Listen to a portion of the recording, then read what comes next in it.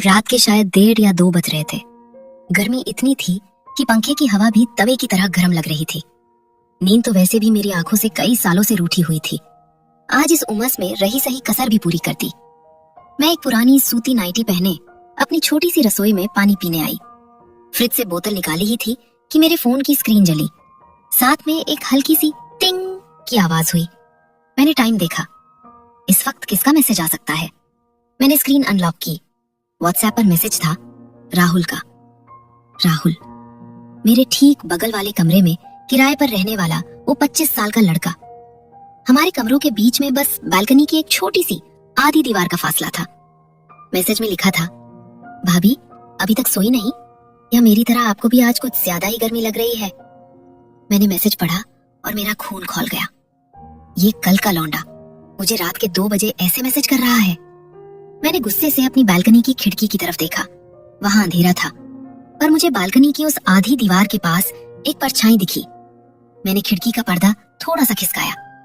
वो अपनी बालकनी में खड़ा था, बिना शर्ट के, लोअर पहने हुए। उसके हाथ में फोन था और स्क्रीन की रोशनी में उसका पसीने से भीगा हुआ शरीर साफ चमक रहा था। उसने मुझे पर्दे के पीछे से झांकते हुए देख लिया, बल्कि उसने अपना फोन हिलाया जैसे कह रहा हो, रिप्लाई तो करो। और फिर उसने बहुत ही बेशर्मी से एक हल्की सी स्माइल दी। मैं एक 34 साल की विधवा थी। 4 साल पहले मेरे पति गुजरे थे। दुनिया के लिए मैं बस एक बेचारी थी, जिसे देखकर लोग या तो तरस खाते थे या गंदी नीयत से घूरते थे। पर उस रात उस 25 साल के लड़के की इस हल्की सी बदतमीजी ने, इस बेबाकी ने मुझे गुस्सा कम दिलाया और हैरान ज्यादा किया। उसने मुझे बेचारी नहीं समझा, उसने मुझे बस एक औरत समझा जिसे गर्मी लग रही थी। मैंने तुरंत पर्दा गिरा दिया। मेरा गला सूख रहा था। मैंने एक सांस में आधा पानी पी लिया। मैंने उसे रिप्लाई नहीं किया। मैं जाकर बिस्तर पर लेट गई। पर उस रात 4 साल बाद पहली बार मुझे सच में गर्मी लग रही थी। दोस्तों, आप सोच रहे होंगे कि मैं एक जवान लड़के के ऐसे मैसेज पर भड़क कर उसके घर क्यों नहीं गई। चलिए, मैं आपको थोड़ा पीछे ले जाती हूँ। मेरा नाम मीरा है। पति के जाने के बाद ससुराल वालों के ताने और रिश्तेदारों की झूठी हमदर्दी मुझसे बर्दाश्त नहीं हुई। मैं वो सब छोड़ छाड़ कर इस नए शहर आ गई। यहाँ एक स्कूल में पढ़ाने लगी और ये छोटा सा फ्लैट किराए पर ले लिया।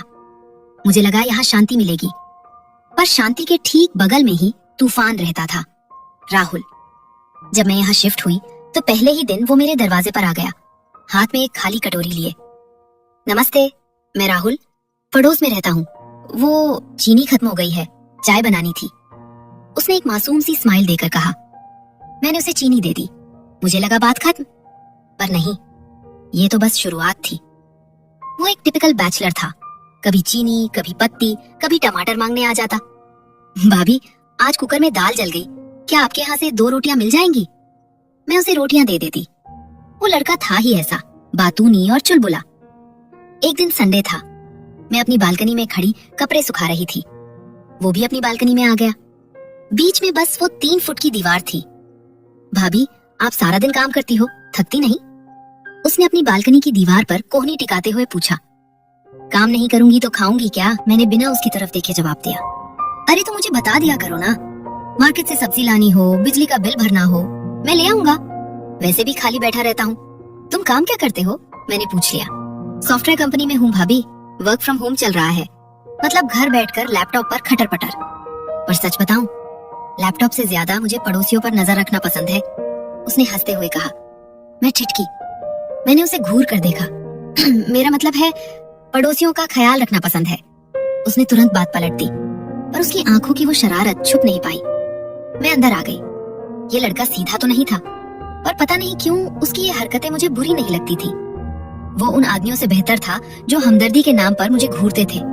कम से कम राहुल जो भी था, मुंह पर था। धीरे धीरे हमारी बालकनी वाली बातें आम हो गई। मैं शाम को चाय लेकर बालकनी में आती तो वो भी वहाँ अपनी कॉफी लिए हाजिर हो जाता। वो अपनी ऑफिस की बातें बताता, अपनी एक्स गर्लफ्रेंड की बुराई करता, और मैं, जो पिछले 4 साल से बस अपने आप से बातें कर रही थी, मैं उसे सुनती। एक शाम उसने मुझसे पूछ लिया, भाभी आप हमेशा इतनी सीरियस क्यों रहती हो? कभी हंस भी लिया करो। हंसने की कोई वजह भी तो होनी चाहिए। मैंने एक सूखी सी स्माइल दी। वजह तो बहुत है। देखो मुझे, मेरी गर्लफ्रेंड छोड़कर भाग गई। बॉस रोज गालियां देता है। मकान मालिक किराया बढ़ाने की धमकी दे रहा है। फिर भी मैं हंसता हूँ। तुम पागल हो इसलिए। मैंने तंज कसा। पागल तो हूँ भाभी। उसने मुझे देखा। पर सही बताऊं, कभी कभी रात को मुझे भी बहुत अकेलापन लगता है। ऐसा लगता है जैसे कोई है ही नहीं दुनिया में। उसकी इस बात ने सीधा मेरे दिल पर चोट की। वो 25 साल का था और मैं 34 की। पर अकेलापन तो दोनों का एक ही था। मैंने उससे पूछा, तो तुम क्या करते हो जब अकेलापन लगता है? वो अचानक हंसा। उसकी आंखों में वो कमीनी सी चमक आ गई। कुछ नहीं भाभी, फोन में कुछ खास वीडियो देख लेता हूँ। जो असल जिंदगी में नहीं मिलता वो स्क्रीन पर देखकर काम चला लेता हूँ। उसने आंख मारी। मैं झेप गई। मेरा चेहरा लाल हो गया। बेशर्म हो तुम एक नंबर के। अरे भाभी, इसमें बेशर्मी क्या है? इंसान हूँ, रोबोट थोड़ी। वैसे आप कहो तो मैं फोन छोड़ दूं? मुझसे क्यों पूछ रहे हो? तुम्हारी मर्जी। मैंने मुंह फेर लिया। क्योंकि मेरी मर्जी तो आपके हाथ में है ना भाभी। उसने बहुत ही धीमी आवाज में कहा। मैं पलटी। वो मुझे ही देख रहा था। उसके चेहरे पर अब कोई मजाक नहीं था। वो मुझे बहुत ही गहरी नजरों से देख रहा था। मेरा दिल एक पल के लिए धड़कना भूल गया। मैंने बिना कुछ बोले अंदर जाकर दरवाजा बंद कर लिया। उस रात के बाद से मुझे एहसास हो गया था कि हमारे बीच की वो दीवार अब सिर्फ ईंट और सीमेंट की नहीं रही थी। उसमें कुछ और भी पनप रहा था। दोस्तों, जब एक अकेली औरत को कोई हंसाने वाला मिल जाए तो वो उसके लिए किसी जादू से कम नहीं होता। राहुल की यही बेबाकी मुझे उसकी तरफ खींच रही थी। अगर आपको भी राहुल का ये मुंहफट अंदाज पसंद आ रहा है तो इस कहानी को एक लाइक जरूर कर दें। गर्मियों का मौसम था। एक दोपहर अचानक मौसम बदला और जोरों की बारिश शुरू हो गई। मैंने बालकनी में बहुत सारे कपड़े सुखाने के लिए डाले थे। मैं भागकर बालकनी में गई कपड़े उतारने। तेज हवा चल रही थी और बौछारें सीधी बालकनी में आ रही थी। 2 मिनट में ही मैं पूरी तरह भीग गई। मेरी सूती साड़ी मेरे बदन से चिपक गई थी। मैं जल्दी जल्दी कपड़े समेट रही थी कि तभी राहुल भी अपनी बालकनी में आ गया। वो शायद नहाकर निकला था। उसके कंधे पर एक तौलिया था और उसने सिर्फ एक शॉर्ट्स पहना था। उसने मुझे देखा।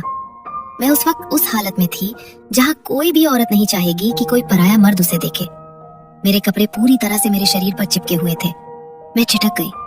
मैंने जल्दी से एक चादर अपने ऊपर लपेटने की कोशिश की, पर उसने नजरें नहीं चुराई। वो वहीं अपनी बालकनी की दीवार के पास खड़ा रहा। वो अपने तौलिए से अपने बाल पोंछ रहा था, पर उसकी नजरें सीधा मुझ पर गड़ी हुई थी। क्या देख रहे हो? मैंने अपनी साड़ी ठीक करते हुए थोड़ा तेज आवाज में कहा। वो अपनी दीवार के और करीब आ गया। अब हमारे बीच बस मुश्किल से एक हाथ का फासला था। सोच रहा हूँ भाभी, उसने बहुत आराम से कहा। ये बारिश का पानी भी बड़ा किस्मत वाला है। जहाँ हम नहीं पहुंच सकते वहाँ ये बिना इजाजत पहुंच जाता है। मेरे रोंगटे खड़े हो गए। राहुल, अपनी जुबान संभालो, मैंने कहा, पर मेरी आवाज में वो शक्ति नहीं थी जो होनी चाहिए थी। मैं तो संभाल ही रहा हूँ भाभी। वो थोड़ा और झुका। उसकी बॉडी की वो कसी हुई नसें बारिश में और भी साफ दिख रही थी। मेरा पूरा शरीर कांपने लगा। ठंड से नहीं, उसके देखने के तरीके से। तुम अंदर जाओ, मैंने कहा और बाकी कपड़े छोड़कर अंदर भाग आई। मैंने दरवाजा बंद कर लिया और शीशे के सामने जाकर खड़ी हो गई। मैंने खुद को देखा। 4 साल हो गए थे। मैंने कभी खुद को उस नजर से नहीं देखा था जिस नजर से आज राहुल ने देखा था। क्या मैं सच में इतनी बुरी नहीं दिखती? क्या एक 25 साल का लड़का सच में मुझ जैसी 34 साल की विधवा में इंटरेस्ट ले सकता है? या वो सिर्फ मेरी मजे ले रहा था? पर वो जो भी था, उस बारिश की दोपहर ने मेरे अंदर एक ऐसी आग लगा दी थी जिसे बुझाना अब मेरे बस की बात नहीं लग रही थी। उसी रात की बात है। बारिश अभी भी हो रही थी। अचानक पूरे इलाके की बिजली कट गई। मेरा कमरा घुप अंधेरे में डूब गया। मुझे अंधेरे से बहुत डर लगता था। मैं हड़बड़ाकर उठी। मेरे फोन की बैटरी भी डेड हो चुकी थी। मैं मोमबत्ती ढूंढने के लिए अंधेरे में टटोल रही थी। तभी मेरे दरवाजे पर खटखट हुई। भाभी, भाभी आप ठीक हो? बाहर से राहुल की आवाज आई। मैंने जाकर दरवाजा खोला। वो सामने खड़ा था। उसके हाथ में मोबाइल की टॉर्च थी। लाइट चली गई है, मुझे लगा आप डर गई होंगी, उसने कहा। हाँ, वो मुझे मोमबत्ती नहीं मिल रही। कोई बात नहीं, मैं अपनी वाली दे देता हूँ। वो अंदर आ गया। उसने मोमबत्ती जलाई और उसे टेबल पर रख दिया। मोमबत्ती की पीली रोशनी में कमरा अजीब सा लग रहा था। मैं बैठ जाऊं? मेरे रूम में बहुत गर्मी है, उसने पूछा। हाँ, बैठ जाओ। मैंने चारपाई की तरफ इशारा किया। मैं भी वहीं एक कोने में बैठ गई। वो दूसरे कोने पर बैठ गया। बाहर बारिश का शोर था और अंदर एक भारी सन्नाटा। भाभी, उसने वो सन्नाटा तोड़ा। इस अंधेरे में तो भूत भी आ जाए तो मैं उसे डरा कर भगा दूं, पर आज मुझे डर लग रहा है। क्यों? मुझसे डर लग रहा है। मैंने हल्का सा मजाक किया। वो अपनी जगह से खिसक कर मेरे थोड़ा करीब आ गया। हाँ, क्योंकि भूत तो सिर्फ जान लेता है भाभी, पर आप तो ईमान ले लोगी। मेरी सांसें अटक गईं। वो मेरे इतना करीब आ गया था कि मुझे उसके परफ्यूम की महक आ रही थी। उसने अपना हाथ बढ़ाया। मैं पीछे हटने वाली थी, पर उसने मेरे चेहरे पर गिरे हुए मेरे गीले बालों को धीरे से मेरे कान के पीछे कर दिया। उसकी उंगलियों का वो स्पर्श मेरे गर्दन पर, मेरे शरीर में करंट सा दौड़ गया। 4 साल, पूरे 4 साल बाद किसी मर्द ने मुझे ऐसे छुआ था। मेरा दिल कर रहा था कि मैं उसे कस के पकड़ लूं, मैं वो सारी हदें तोड़ दूं जो समाज ने मुझ पर लाद रखी थी। वो मेरी आंखों में देख रहा था। उसकी आंखों में कोई मजाक नहीं था, एक बहुत गहरी भूखी सी प्यास थी। भाभी, उसने फुसफुसाते हुए कहा, आप भी चाहते हो ना? उसका हाथ मेरी गर्दन से होता हुआ मेरे कंधे पर आ गया। दोस्तों, उस अंधेरे कमरे में जब एक 25 साल के जवान लड़के का गर्म हाथ मेरे कंधे पर पड़ा तो मेरे सारे उसूल, सारी मर्यादाएं टूटने लगी थी। एक तरफ मेरी उम्र थी, मेरा विधवा होने का कलंक था, और दूसरी तरफ मेरी वो शारीरिक भूख थी जो आज एक ज्वालामुखी की तरह फटने को तैयार थी। सच बताऊं, उस अंधेरे कमरे में जब उस 25 साल के लौंडे का गर्म हाथ मेरे कंधे पर पड़ा था तो मुझे कुछ याद नहीं आ रहा था। बाहर बारिश का शोर था और अंदर मेरे शरीर की नसें भड़क रही थीं। 4 साल से किसी मर्द ने मुझे ऐसे छुआ तक नहीं था। मैंने आंखें बंद कर ली। मैंने अपना सिर हल्का सा पीछे किया ताकि उसका हाथ मेरी गर्दन को और छू सके। मेरा बदन पसीने से चिपचिपा हो रहा था। मैं तैयार थी। मुझे लगा अब वो मुझे अपनी तरफ खींचेगा और मुझे पलंग पर गिरा देगा, लेकिन अचानक उसका हाथ मेरे कंधे से हट गया। मैंने झटके से आंखें खोली। मोमबत्ती की पीली रोशनी में मैंने देखा वो मुझसे 2 कदम पीछे हट चुका था।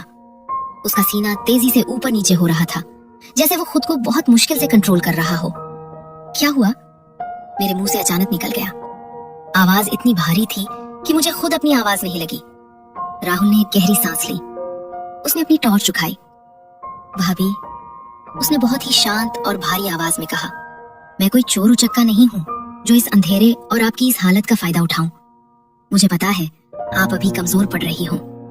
मुझे एक पल के लिए बहुत शर्म आई। ऐसा लगा जैसे उसने मुझे आईना दिखा दिया हो।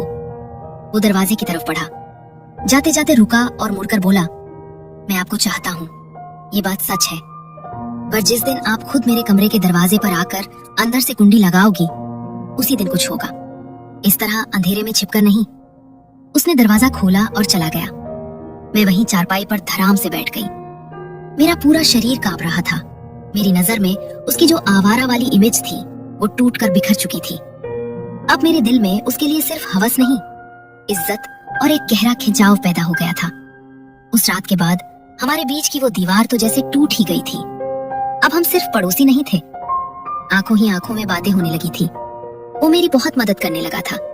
बाजार से भारी सामान लाना हो या सिलेंडर बदलवाना हो, वो बिना बोले कर देता था। एक दिन मेरी तबीयत बहुत ज्यादा खराब हो गई। तेज बुखार था। बदन ऐसे टूट रहा था जैसे किसी ने लाठियों से पीटा हो। मैं बिस्तर से उठ भी नहीं पा रही थी। राहुल को पता चला तो वो सीधा मेरे कमरे में आ गया। उसने मेरे माथे पर गीली पट्टियां रखी, रसोई में जाकर अपने हाथों से खिचड़ी बनाई और मुझे खिलाई। वो मेरे माथे पर बाम रगड़ रहा था। उसकी उंगलियों में जो एक नरमी थी वो मुझे अंदर तक सुकून दे रही थी। राहुल, मैंने कमजोर आवाज में पूछा, तू मेरा इतना ख्याल क्यों रखता है? मैं तो तेरी कुछ लगती भी नहीं। उसने बाम की डिब्बी बंद की और हंसते हुए बोला, अरे भाभी, ये तो मेरी लॉन्ग टर्म इन्वेस्टमेंट है। क्या मतलब? मैंने आंखें सिकोटी। वो अपनी उसी कमीनी स्माइल के साथ बोला, मतलब ये कि अभी आपकी सेवा कर रहा हूँ। क्या पता कल को रिटर्न में कुछ बहुत ही तगड़ा और मीठा मिल जाए। आखिर मेहनत का फल तो मिलता ही है ना। मैंने उसकी बाह पर एक हल्का सा थप्पड़ मारा। कमीने, तू कभी नहीं सुधरेगा। सीरियस बात में भी तुझे अपनी घटिया बातें घुसानी है। अरे भाभी, ये घटिया कहाँ है? ये तो कॉमर्स का सीधा सा रूल है। वो ठहाका मारकर हंसने लगा। उसकी इस बेबाक बातों ने मेरा बुखार भी जैसे आधा कर दिया था। मुझे उसके साथ बहुत हल्का और सुरक्षित महसूस होता था। कुछ दिन बाद की बात है, मैं मोहल्ले की किराने की दुकान पर गई थी। वहाँ एक 55 से 60 साल का बुढ़ा रहता था, वर्मा जी। उसकी नजरें बहुत ही गंदी थी। वो हमेशा औरतों को ऐसे घूरता था जैसे उन्हें कपड़ों के आर पार देख रहा हो। मैं सामान ले रही थी, तभी वर्मा जी मेरे बिल्कुल पीछे आकर खड़े हो गए। उन्होंने जानबूझकर अपना कंधा मेरे कंधे से रगड़ा। मुझे इतनी घिन आई कि मैंने तुरंत पीछे मुड़कर उन्हें घूरा। ये क्या बदतमीजी है वर्मा जी, दिखाई नहीं देता क्या? वो बुढ़ा बेशर्मों की तरह दांत निकालकर बोला, अरे मीरा जी, गलती से लग गया। वैसे भी इतनी भरी पूरी जवानी लेकर चलोगी तो कोई भी टकरा जाएगा। अकेली रहती हो, कभी हमें भी सेवा का मौका दो। मेरे आंखों में आंसू आ गए अपमान से। मैं कुछ बोलने ही वाली थी कि तभी पीछे से एक जोरदार धक्का वर्मा जी को लगा। वो सीधा जाकर दुकान के काउंटर पर गिरे। राहुल खड़ा था वहाँ। उसका चेहरा गुस्से से लाल हो रहा था। उसकी गर्दन की नसें तनी हुई थी। उसने आगे बढ़कर वर्मा जी का कॉलर पकड़ लिया और उन्हें हवा में उठा दिया। बुढ़े! राहुल दहाड़ा, अगर आज के बाद तेरी ये सड़ी हुई आंखें मेरी भाभी पर उठी ना तो आंखें निकालकर गोटियां खेलूंगा, समझ में आया? तेरी वो उम्र है जहाँ तुझे राम राम करना चाहिए और तू यहाँ? अगली बार दिखा तो टांगे तोड़कर हाथ में दे दूंगा। वर्मा जी डर के मारे कांपने लगे और वहां से दुम दबाकर भाग गए। राहुल ने मेरी तरफ देखा। उसका गुस्सा अभी शांत नहीं हुआ था। उसने मेरा थैला उठाया और बोला, चलिए भाभी। रास्ते में हम चुप थे। मुझे अंदर ही अंदर एक अजीब सी खुशी हो रही थी। आज तक किसी ने मेरे लिए स्टैंड नहीं लिया था। ससुराल वालों ने मुझे डायन कहा, पड़ोसियों ने ताने दिए, पर इस 25 साल के लड़के ने आज भरे बाजार में मेरी इज्जत के लिए एक बुढ़े पर हाथ उठा दिया था। घर पहुंचकर मैंने उससे कहा, राहुल, तुझे ऐसा नहीं करना चाहिए था। वो उम्र में बड़ा है, बात बढ़ जाती। उसने मेरी आंखों में सीधे देखा। भाभी, जो आपकी इज्जत नहीं कर सकता वो मेरी नजर में कुत्ता है और कुत्तों की कोई उम्र नहीं होती। आप मेरी जिम्मेदारी हो, आप मेरी जिम्मेदारी हो।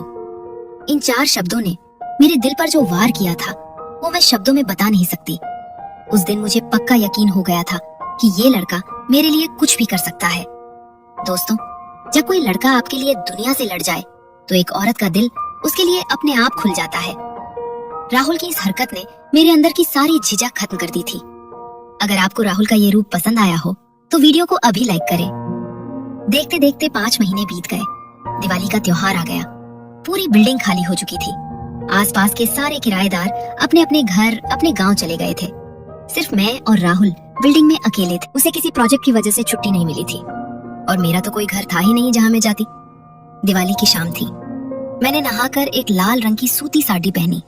आज मैंने बहुत दिनों बाद आंखों में गाढ़ा काजल लगाया था और बालों को खुला छोड़ा था। मैंने राहुल के लिए खीर और पूड़ी बनाई थी। रात के 9 बज रहे थे। बाहर पटाखों की आवाजें आ रही थी। मैंने प्लेट में खाना निकाला। मेरा दिल बहुत जोरों से धड़क रहा था। आज मुझे फैसला करना था।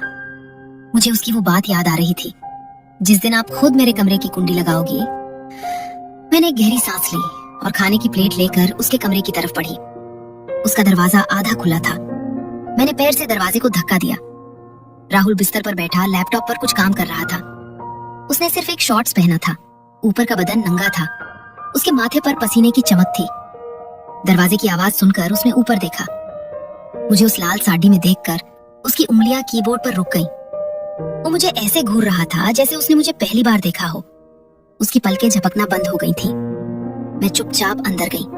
मैंने खाने की प्लेट टेबल पर रखी। फिर मैं वापस मुड़ी और मैंने दरवाजे की कुंडी लगा दी। खट! वो आवाज उस सन्नाटे में बहुत तेज गूंजी। राहुल लैपटॉप को साइड में रखकर खड़ा हो गया।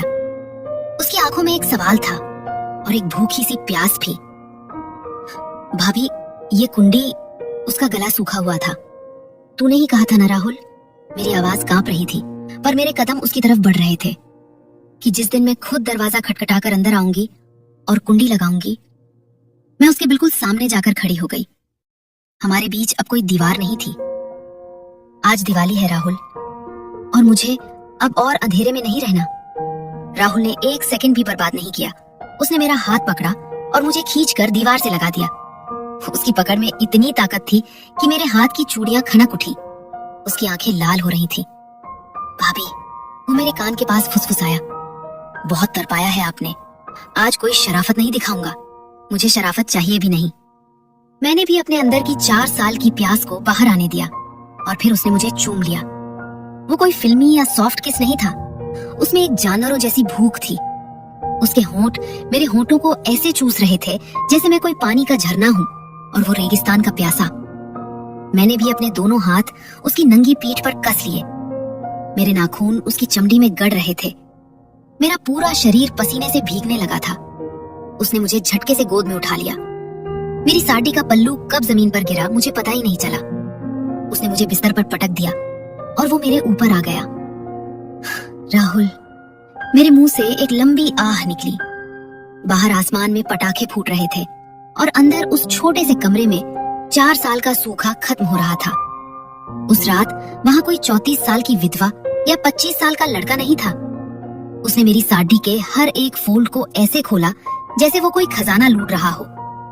पसीने की चिपचिपाहट, चारपाई की चरमराने की आवाजें और मेरी सिसकियां।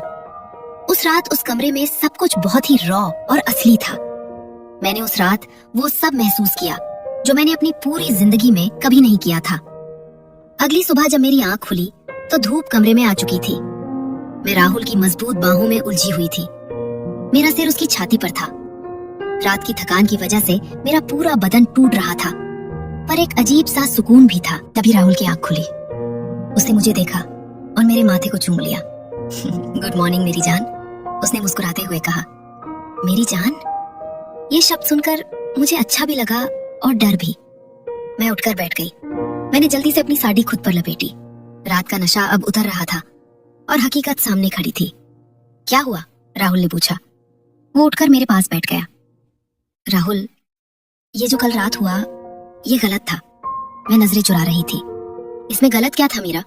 हम दोनों ने अपनी मर्जी से किया।